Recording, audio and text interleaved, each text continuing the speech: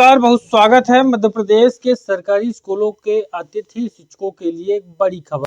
कई बड़े आंदोलन करने के बाद जैसे तैसे उन अतिथि शिक्षकों को पूर्व सरकार के द्वारा, पूर्व मुख्यमंत्री के द्वारा परमानेंट करने, परीक्षा के माध्यम से उनके और अन्य लाभों को देने संबंधी तमाम तरह की घोषणाएं तो कर दी गई, लेकिन इन अतिथि शिक्षकों के लिए की गई घोषणाएं कितनी लागू हुई उसको लेकर भी ऑफिशियली जो आदेश था विभाग की तरफ से, मंत्रालय की तरफ से, शिक्षा मंत्रालय की तरफ से, वह आपको यहाँ पर दिखाएंगे।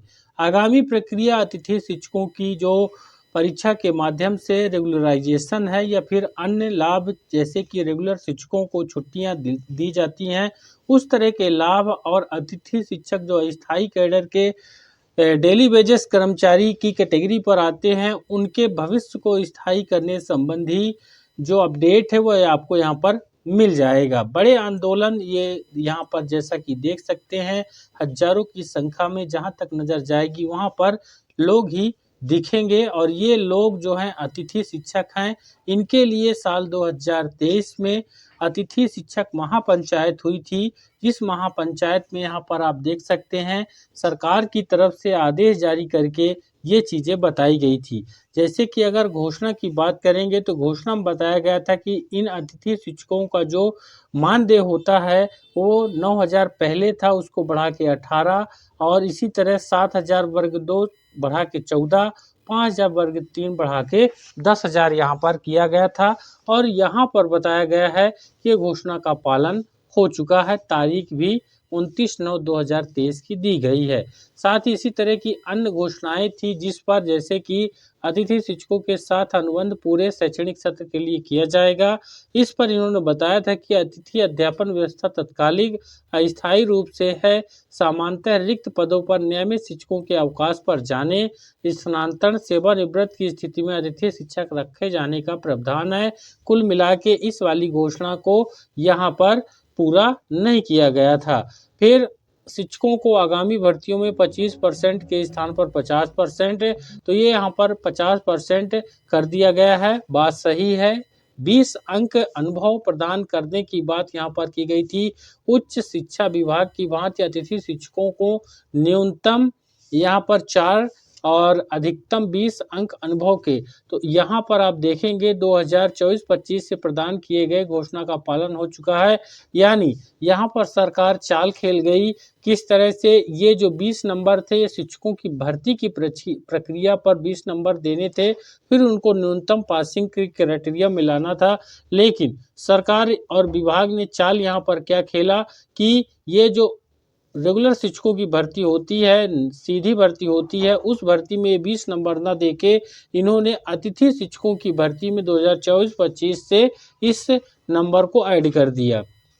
इसके बाद नियमित शिक्षकों की तरह प्रतिमाह जो वेतन है उसको लेकर तो अभी तक तो नहीं दिया जाता था, लेकिन साल 2025 के अभी हाल फिलहाल लोक शिक्षण के आदेश हैं कि 5 तारीख महीने की जो शुरुआती 5 तारीख है, तो पिछले महीने का जो इनका मजदूरी है, अतिथि शिक्षकों का मानदेय है, वो आना चाहिए। हालांकि अभी तक किसी भी अतिथि शिक्षक को 5 तारीख का भुगतान नहीं हुआ है, 5 तारीख तक। और सबसे इम्पोर्टेंट जिसके लिए अतिथि शिक्षक संघर्ष कर रहे हैं, गुरुजी नियमितीकरण प्रक्रिया की तरह अतिथि शिक्षकों की पात्रता परीक्षा आयोजित की जाकर नियमित किए जाने की योजना के बारे में। तो उन्हें तमाम तरह के नियम बता दिए हैं कि पात्रता परीक्षा के उपरांत चयन परीक्षा होती है, इसके माध्यम से शिक्षक भर्ती होती है। फिर है इन्होंने कहा कि अतिथि शिक्षकों के लिए शिक्षकों की भर्ती में 50% जो आरक्षित पद होते हैं वो अतिथि शिक्षकों के लिए रिक्त किए गए हैं। रिक्त पदों की संख्या में सीधी भर्ती के पदों के साथ पदोन्नति पदों की संख्या सम्मिलित होती है। फिर आरक्षण रोस्टर के लिए जैसे SC ST OBC के SC ST के जो बैकलॉग पद हैं उसके बारे में उन्होंने बताया है। प्राथमिक शिक्षकों को छोड़कर शेष में विषयमान से भर्ती की कार्यवाही की जाती है। शैक्षणिक योग्यता के साथ व्यावसायिक योग्यता भी आवश्यक होती है। और अंतिम में इन्होंने बताया कि अतिथि शिक्षक व्यवस्था तत्कालिक होती है, जबकि सीधी भर्ती आरक्षण प्रावधान के आधार पर प्रवर्ग की जाती है। वहीं आरक्षित प्रवर्ग के पदों पर अन्य प्रवर्ग के अभ्यर्थी की नियुक्ति नहीं की जा सकती है। अतः अतिथि शिक्षकों के लिए पृथक पात्रता परीक्षा आयोजन में कठिनाई है, इसलिए आयोजित नहीं की जा रही है। संयुक्त संचालक लोक शिक्षण मध्य प्रदेश की तरफ से बयान यहाँ पर दिया गया था। तो ये इम्पोर्टेंट अपडेट है, अतिथि शिक्षकों को समझ जाना चाहिए कि अतिथि शिक्षकों की भर्ती पर आरक्षण रोस्टर नियम का पालन नहीं किया गया है। यदि जहां पर पद हैं जिसका मेरिट में आ गया, किसी भी कैटेगराइज हो, कोई भी पद रिजर्वेशन का यहाँ पर लाभ नहीं दिया गया, जबकि जो रेगुलर जो शिक्षकों की भर्ती होती है, परमानेंट शिक्षकों की सीधी भर्तियां होती हैं, उसमें सभी कैटेगरी के अलग अलग प्रवर्ग वर्ग। तो ये सबसे बड़ा हिस्सा है और उम्मीद है कि आगामी समय में सरकार बीच का रास्ता निकालेगी, विभाग बीच का रास्ता यहाँ पर निकालेगा। वहीं अगर लेटेस्ट अपडेट की बात करेंगे तो इन्हीं जो ऊपर घोषणाएं थी पूरी न होने के कारण स्कूल आजाद स्कूल अतिथि शिक्षक संघ मध्य प्रदेश अब करेगा बड़े कार्यक्रम की घोषणा। प्रदेश मीडिया प्रभारी राकेश खंडेलवाल ने ये ऐलान यहाँ पर किया है। ये आजाद स्कूल अतिथि शिक्षक संगठन के बैनर तले मध्य प्रदेश के प्रदेश मीडिया प्रभारी राकेश खंडेलवाल ने बताया है, यदि शीघ्र ही अतिथि शिक्षकों के भविष्य को लेकर सरकार के द्वारा कोई ठोस निर्णय नहीं किया जाता है और साथ ही माननीय शिक्षा मंत्री जी के द्वारा जो घोषणाएं 13 छुट्टियां यहाँ पर है सीएल और अन्य छुट्टी के आदेश शीघ्र जारी नहीं होते हैं तो आजाद स्कूल अतिथि शिक्षक संघ मध्य प्रदेश एक बड़े कार्यक्रम का आयोजन करेगा।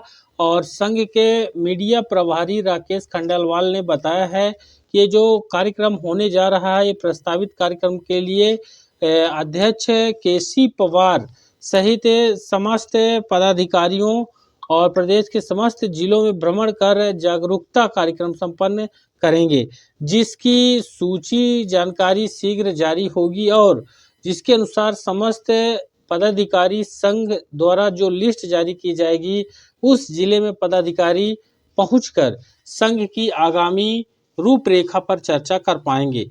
और कार्यक्रम के लिए एक अतिथि शिक्षक को आमंत्रित एक अतिथि शिक्षक जितने भी हैं उनको आमंत्रित किया जाएगा।